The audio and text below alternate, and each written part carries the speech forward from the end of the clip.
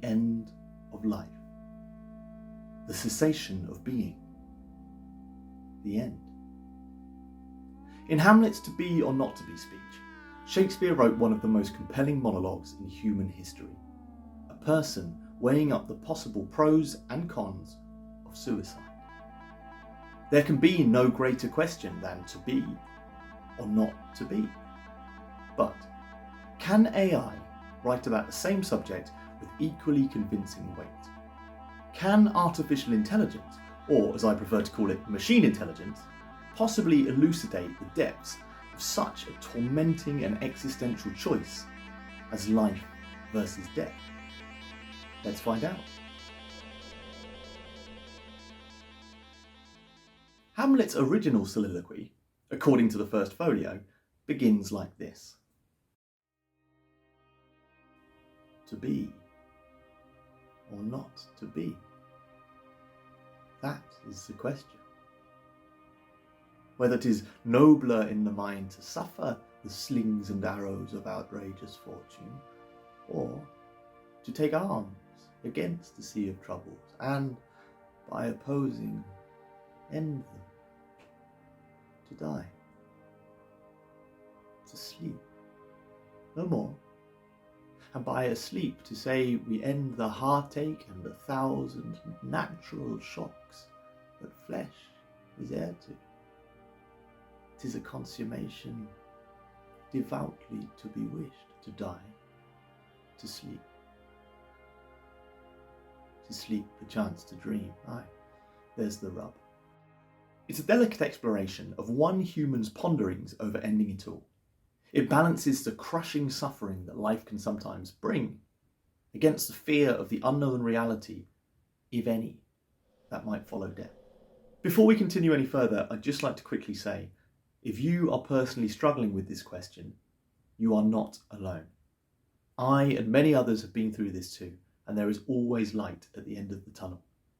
If you're feeling suicidal, reach out, talk to somebody. If you're in the UK, you can call Samaritans for free on 116 123. If you're outside of the UK, you can visit befrienders.org and talk to somebody there. They have partner centres all around the world. I'll put links in the description for anyone that needs them. You are not alone. So, although I work as a professional actor and musician now, my background is surprisingly in robotics. I actually had to program a chatbot in the course of my undergrad degree. Now, this was long before the advent of ChatGPT and using huge swathes of the internet as training data for the algorithm, and it was no simple task. To be honest, mine was a bit rubbish. But if you've played with ChatGPT at all over the last few months, you'll appreciate that it is capable of some incredible feats. I once asked it to write a happy birthday message to my imaginary pet hamster Larry in the style of Charles Dickens. ChatGPT has also provided me with a 90s West Coast hip-hop rap battle between Hunter S. Thompson and Elmer Fudd. And to be quite honest, it carried out all of these tasks with considerable aplomb. But what if we tried to get ChatGPT to recreate, with a relatively free hand to do so, a speech on the same theme as Hamlet's? To find out, I gave ChatGPT the following prompt. Write a soliloquy in Shakespearean verse about a man contemplating suicide and weighing up the pros and cons. This is what it came up with. To end this life, or to endure the pain that racks my soul with every breath I take, and like a tempest shakes my heart with strife, and makes me question whether 'tis better to live or die. Oh, why do I suffer? Why do I bear the weight of woes that grind me down with care, and make me wish for sweet oblivion sleep, where I might rest and bid this world farewell, yet stay my hand and hold my heart from harm? For what of love and friendships that I've known, that brought me joy and made my life so warm, and made me see that life, though hard, is worth the fight? And what of hope and all the dreams I've spun, that yet remain and promise brighter days? And what of all the good I've yet to do, and all the lives that I may yet enrich? No, I cannot take this step. I cannot end. For life, though hard, is precious all the same. And though I suffer now, I trust that peace will come and heal me, and my heart's unrest. So I shall rise and face the coming dawn, and find my strength to fight another day, and hold on tight to all the things I've won, and trust that life, though hard, will lead me on. So, what do you think? Did ChatGPT rise to the occasion? Thanks to the free hand given to it, it elected for a more optimistic tone than Hamlet's speech, and even found some resolution at the end, but it was still clearly inspired by it.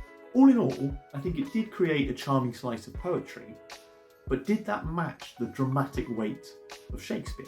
The phonemic intricacy and surprising rhythmic choices in the original all help to inform an actor or a listener or a reader about the internal development of Hamlet's emotional state. For me, the message in ChatGPT's version is clear, and there's some interesting use of language, but it loses a lot of the layers of character that are present in Shakespeare's work. ChatGPT's offering is far more on the nose than Shakespeare's. The language is mostly pretty direct, and the structure is far more regular, comprising 6 one-sentence stanzas with no great variety from beginning to end. However, despite the fact that some of the structural complexity and metaphorical subtlety may have eluded ChatGPT, I still find that it has produced a compelling and meaningful speech. There are alliterative and assonant connections between thoughts, such as the chain of face, find, fight and tight in the final section, which is a hallmark of the musicality of Shakespeare's writing. Key phrases such as life, though hard, are repeated and recontextualised throughout the speech to great effect. Although there's no real sense of dramatic tension or any sudden twists in the way that the overall journey of thought unfolds, there is an arc to it. There is actually some rhythmic variety to the lines themselves too, with trochaic interruptions to the rhythm and key ideas running on as the speaker struggles to fit the thoughts into the constraints of the iambic pentameter. It may not quite be up there with Shakespeare, but ChatGPT has certainly done a better job than many humans could have managed to do. What does this mean then for humanity? Are we, as creators of this species, doomed to be supplanted by machine intelligence? If a speech like this can be written by a machine instantly, and that creative process can be repeated ad infinitum, where does that leave human writers?